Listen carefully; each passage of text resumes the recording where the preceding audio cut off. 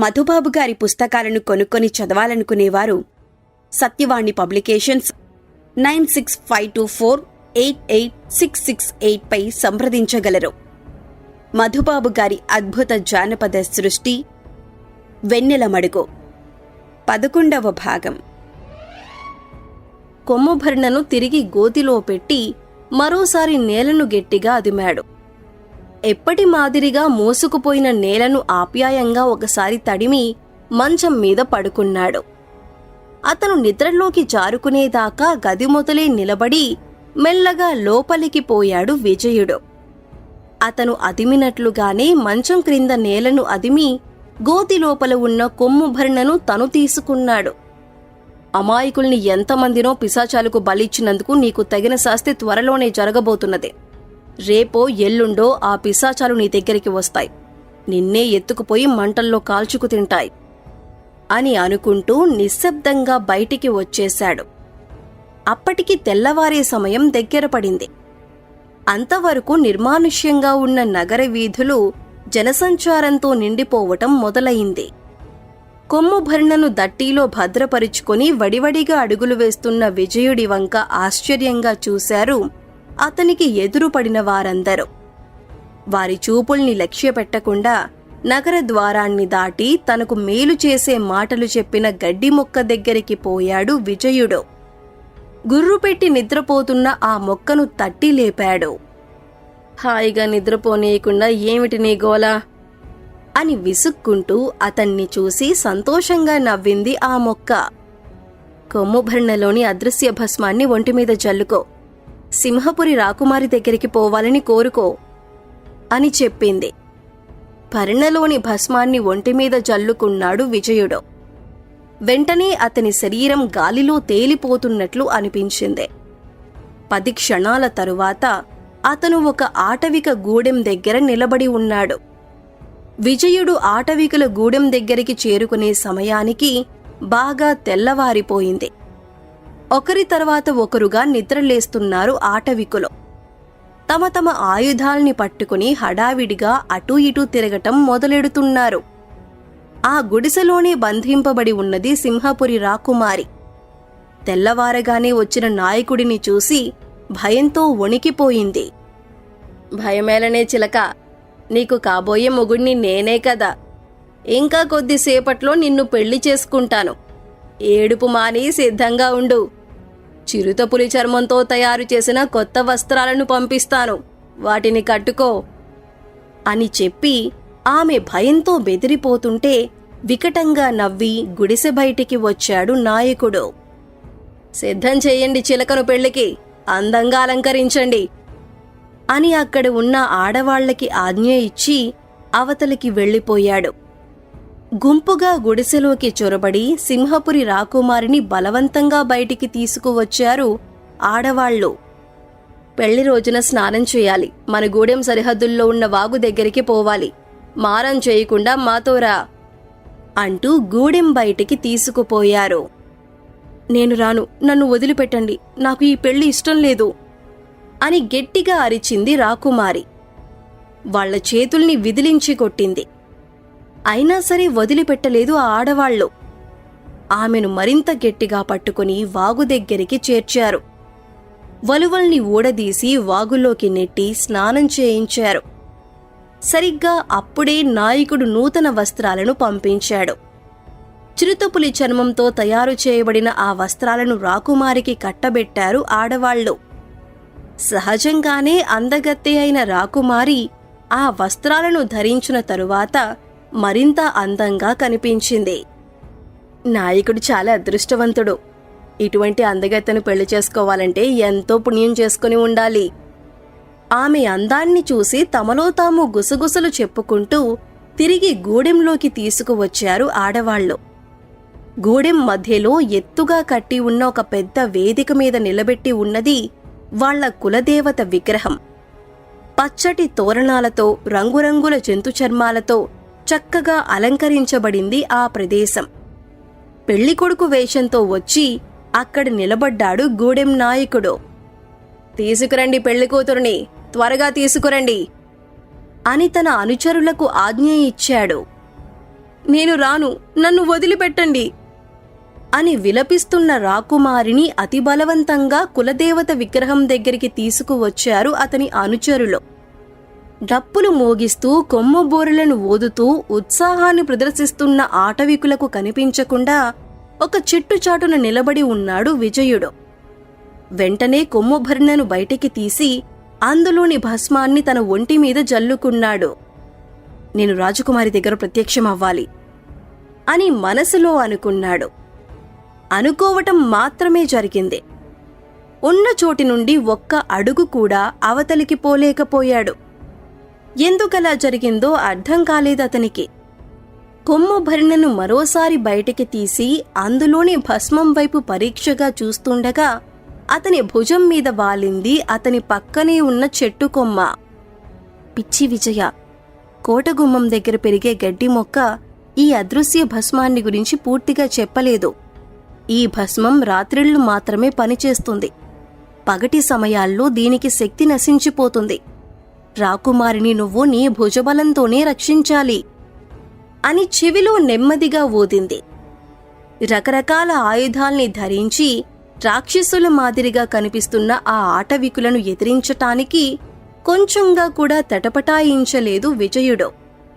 కొమ్ము భరణను తిరిగి దుస్తుల్లో భద్రపరుచుకుని నడుముకు వ్రేలాడదీసుకున్న కత్తిని అందుకున్నాడు. గుండెలు చెదిరిపోయేటట్లు ఒక సింహనాదం చేసి పెళ్లి వేదిక దగ్గరికి పరిగెత్తాడు. పరాయి మనుషులెవరూ తమ గూడెంలోకి రాలేరని అనుకునే ఆ ఆటవికులకు విపరీతమైన ఆశ్చర్యం కలిగింది అతన్ని చూడగానే. ఆశ్చర్యం కాస్త క్రోధంగా మారింది. చంపండి, నరకండి, మన కులదేవతకు బలివ్వండి అని కేకలు పెడుతూ తమ ఆయుధాలతో అతన్ని ఎదిరించటానికి ప్రయత్నించారు. వాళ్లతో యుద్ధం చేసి తన వీరత్వాన్ని ప్రదర్శించాలనే కోరిక విజయుడికి లేదు. అతను అక్కడికి వచ్చింది సింహపురి రాకుమారిని రక్షించటం కోసం, యుద్ధం చేయటానికి కాదు. అందువల్ల ఆలస్యం చేయకుండా రాకుమారి సమీపంలోకి వెళ్ళిపోయాడు. నేను నిన్ను రక్షిస్తాను, నువ్వు భయపడకుండా నాతో వచ్చేయ్ అని ఆమెకు ధైర్యం చెబుతూ అడ్డం వచ్చిన కొంతమంది ఆటవికుల్ని తన కత్తితో గాయపరిచాడు. రాకుమారి చేతిని పట్టుకుని గూడానికి ఆవలి ప్రక్కన ఉన్న అడవిలోకి పరుగు తీశాడు.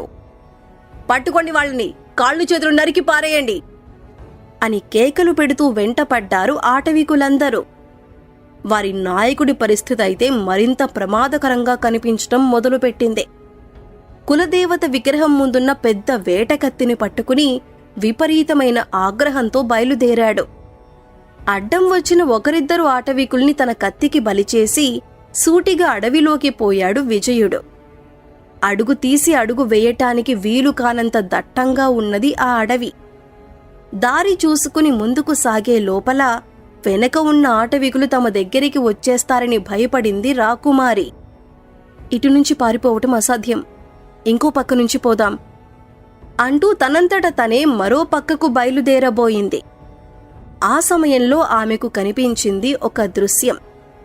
రాతిగోడ మాదిరి దట్టంగా ఎదిగి ఉన్న ఒక ముళ్ల పొద తనంతట తానే రెండుగా మధ్యకు చీలి తన ఎదుటికి వచ్చిన విజయుడికి దారిచ్చింది.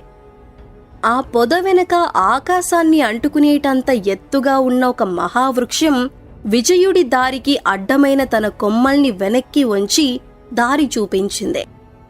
తనకు ఎవరో అదృశ్య దేవతలు సహాయం చేస్తున్నట్లు కృతజ్ఞతలు తెలియజేసుకుంటూ రాకుమారి చేతిని వదిలిపెట్టకుండా ముందుకు సాగాడు విజయుడు. తమ వెనుకగా వస్తున్న ఆటవికులు దట్టమైన పొద దగ్గరికి వచ్చేసరికి ఆ దారి ఎప్పటి మాదిరిగా మూసుకుపోవటాన్ని భుజాల మీద నుంచి చూసి ఆశ్చర్యపోయింది రాకుమారి.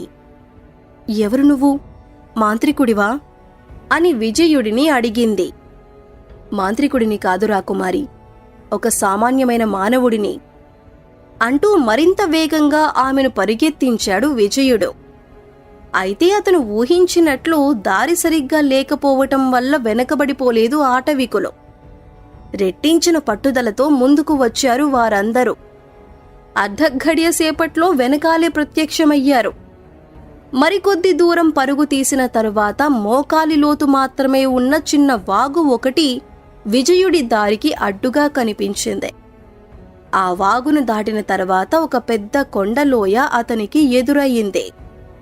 అతని వెనకే తాము కూడా వాగును దాటారు తరుముకొస్తున్న ఆటవికులు. అతను కొండలోయ వైపు పోకుండా ఉండేందుకు తమ చేతుల్లో ఉన్న ఆయుధాల్ని అతని మీదికి విసిరారు. కొండరాళ్ల మాదిరి బరువుగా వచ్చి పడుతున్న ఆ ఆయుధాలు తమకు తగిలితే అక్కడికక్కడే ప్రాణాలు పోగొట్టుకోవటం తప్పనిసరిగా జరుగుతుందని విజయుడికి తెలుసు. రాకుమారి చేతిని వదిలిపెట్టకుండా తల వంచుకుని ఇంకా వేగంగా పరిగెత్తాడతను. ఎదురుగా కనిపించిన కొండలోయలోకి పోయాడు. కొద్ది దూరం పోయిన తరువాత ఒక్కసారిగా పరిగెత్తటాన్ని ఆపి అక్కడే నిలుచుండిపోయింది రాకుమారి. ఆగిపోతే ఆటవికులు వచ్చి మనల్ని పట్టుకుంటారు, ఆగిపోకుండా రా అంటూ ఆమె చేతిని పట్టుకుని ముందుకు కదిలించబోయాడు విజయుడు. కదలలేదు రాకుమారి. వెనక్కి చూడమని అతనికి సైగ చేసింది.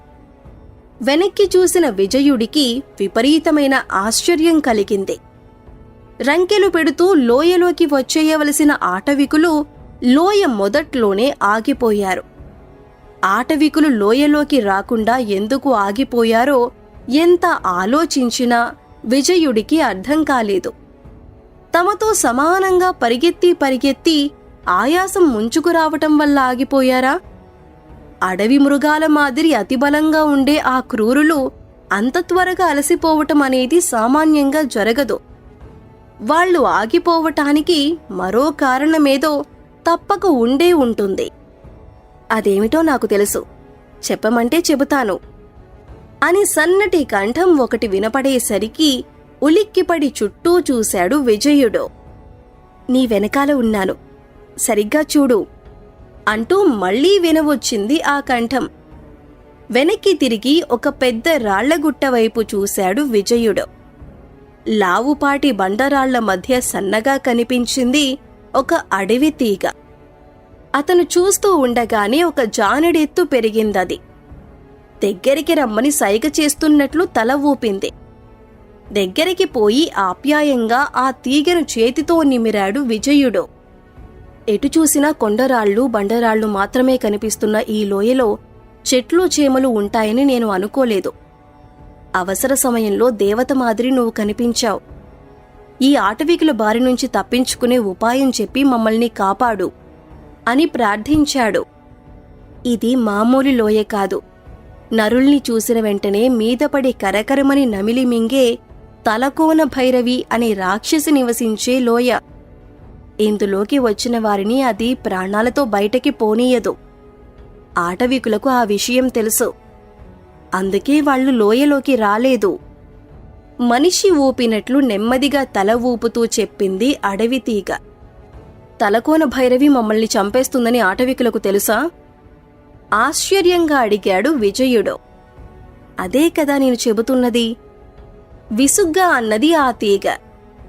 అయితే మరి వాళ్లు వెనక్కి వెళ్లిపోకుండా ఇక్కడే ఎందుకు ఉన్నట్లు అని ప్రశ్నించాడు విజయుడు. తెలివైన వాడివే నువ్వు. నీ తెలివిని ఉపయోగించి ముందుకు పోకుండా వెనక్కి వచ్చేస్తావని వాళ్ల అనుమానం. తలకోన భైరవి చేతుల్లో మీరిద్దరూ హతమారిపోయారని తెలిసే వరకు వాళ్లు అక్కడే ఉంటారు, వెనక్కి పోరు అని చెప్పింది ఆ తీగ. నీలమణి ప్రభావం వల్ల ఆ మాటలు విజయుడికి వినిపిస్తున్నాయి. రాకుమారికి వినిపించటం లేదు. నువ్వెవరితో మాట్లాడుతున్నావు? ఆశ్చర్యంగా చూస్తూ విజయుడిని అడిగిందామె.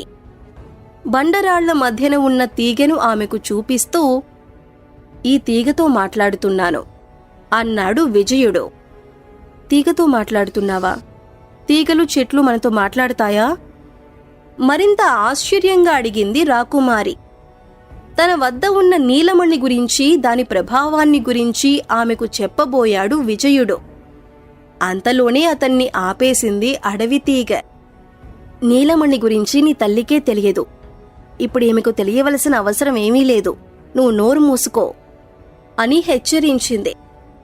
ఏదో చెప్పబోయిన విజయుడు అంతలోనే మనసు మార్చుకున్నట్లు మాట్లాడకుండా నిలబడేసరికి రాకుమారికి కోపం వచ్చింది. పెదవులు ముడిచి విసురుగా అవతలికి వెళ్ళిపోయింది. త్వరగా వెళ్ళి ఆమె కోపాన్ని పోగొట్టు విజయుడికి చెప్పింది అడవి తీగె.